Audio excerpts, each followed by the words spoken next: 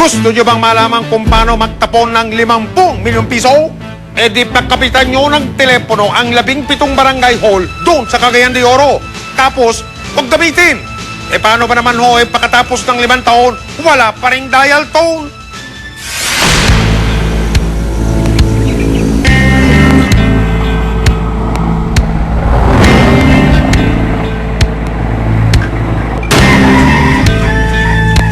Sa barangay Indahag sa lungsod ng Cagayan de Oro, isang inang nagluluksa ang nakilala ng investigador.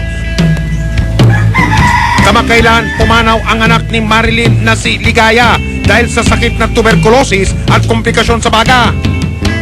Saan ako magkuha ng pera para panggamot sa kanya? So sabi ko, hanggang mamatay ka na lang, hindi kita magamot. Kasi wala kitang pera. Sobrang hirap ng buhay namin dito, ma'am. Sobrang hirap. Matagal nang may sakit si Ligaya. Bukod sa wala silang perang pambili ng gamot, malayo ang ospital. Dahil sa kawalan ng telepono sa kanilang lugar, hindi naging madali para kina Marlene na tumawag ng ambulansya.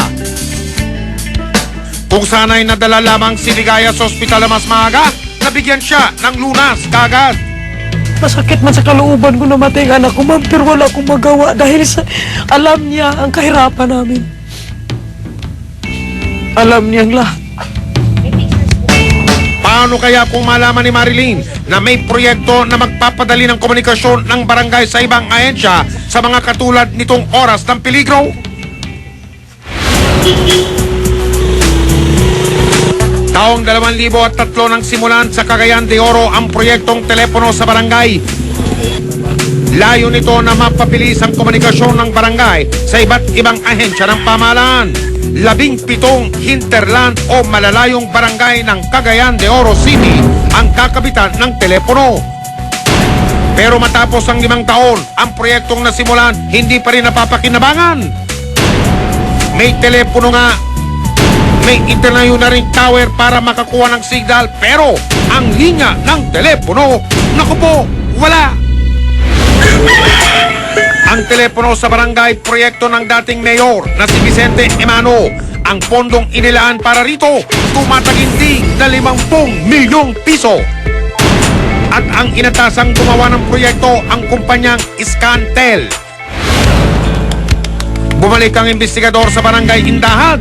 Ang mga telepono itinago na ng kapitan sa kabinet. Marami pa yung mga emergency cases dito sa barangay na nangailangan ng telepon. Maraming makakinabang. Marami naman dito walang cellphone dahil mahirap naman ang mga ibang constituents namin. Isa ang health center ng barangay Indahag na dapat sana ay bibigyan ng telepono. Sa health center na ito, dinala ang namatay na anak ni Marilyn. Siyempre, kung may emergency kami, makapanawag kami sa City Hospital. Mula raw nang ikabit ang mga ito, hindi man lang nila napakinabangan. Sabi nila magpangsyon daw this year. Pero hanggang ngayon, wala pa man. Sunod na dumayo ang investigador sa barangay Pagkatpat. Yung mga residente natin dito sa barangay, nanghihinayang kasi meron na nakita na nila yung tower, nakita nila yung mga accessories, pero hindi pa nagagamit natin. Sa kabuuang 50 milyong pisong pondo, 31 milyong piso na ang naibabayad ng lungsod ng Cagayan de Oro sa Scantel. Pero hindi pa rito natatapos ang gastos. Amin pang napagalaman na may 15,000 pisong taon-taon na nakalaan para sa maintenance ng telepono sa barangay. Sabi ng City Budget Office, kapag hindi ninyo, pag hindi kayo babudget ng 15,000 intended for telephone, ayaw namin aprobahan yung budget ninyo. Siguro na-anticipate lang siguro yun sa city budget na mag-allocate kami if in case mag-operational yun. Maintenance fee para sa isang proyekto hindi naman gumagana. Ano ba yan? Ayon sa report ng Commission on Audit, ang dahilan ng pagkakaantala ng pagtatapos ng proyekto ay tinatawag na non-completion of technical requirements. Noong 1 taon, binigyan ng Scantel ng 10 buwan para kumplituhin ang proyekto. Lumipas na ito, hindi pa rin magamit ang mga telepono. Yun ang nagiging problema. So parang nakikita natin dito, parang supplier driven, hindi siya design driven. Kasi kung i-design mo muna kung ano yung equipment that suit your design, yun ang bibilin mo. Hindi muna, kukunin mo muna yung equipment, tapos gagawin mo what is suit for your equipment. Basta na lamang daw itinuloy ang paggawa ng mga tore na hindi man lang isinasaalang-alang ang kapaligiran. Dahil dito, nahirapan silang kumuha ng tinatawag na line of sight. Kung sinasabi natin walang line of sight, hindi tayo nagkita. Merong obstruction. So kung halimbawa, masyadong mataas yung bundok, totally blank ang signal natin. Sinubukan naming kunan ng pahayag ang Scantel pero ayaw nilang magbigay ng komento. Ang mismong nanguna sa proyektong telepono sa barangay ay ang dating mayor na si Vicente Emano. Ngayon, nakaupo si Emano bilang vice mayor ng lungsod. Ipinagkibit balikat lamang niya ang mga ipinupukol sa kanyang issue. There is certainly the one thing that I can assure you, there are no anomalies there. You find one single centavot an anomaly, you will not be here. I'll just resign as the vice mayor of the city of Cagayan de Oro. Wala daw anumang anomalya sa proyektong inaprubahan niya. In the contract, everything are very specific if you would look into it. And if they got delayed in the implementation of the contract, then, as I've said, cases should be filed against them. Absolutely and definitely. Ayon pa kay Emano, baka na lamang ng mga kalaban niya sa politika ang mga alingasgas laban sa kanya. I'm not really surprised about all these cases that have been filed against me. There's had been so many, and many had been dropped by the courts already.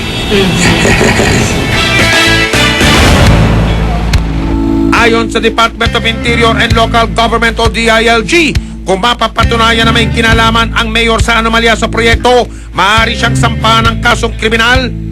Kung mapapatunayan sa final report ng COA na talagang mayroong misappropriation of funds, yung dating mayor na si Emano, yung 2006 mayor, yung sa project na yun, nagkaroon ng anomaly sa project na yun, alleged anomaly sa project na yun, pwede po siyang makasuhan ng malversation of public funds, and that is punishable under the revised penal code.